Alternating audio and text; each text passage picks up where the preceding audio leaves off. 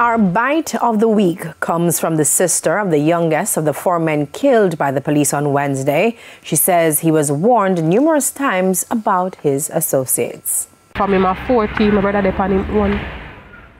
From him at 14. I will put him up when he live with my sister and come out, he don't want to live with nobody, he want to live by himself. So make him stay who can hear, as I said, we feel.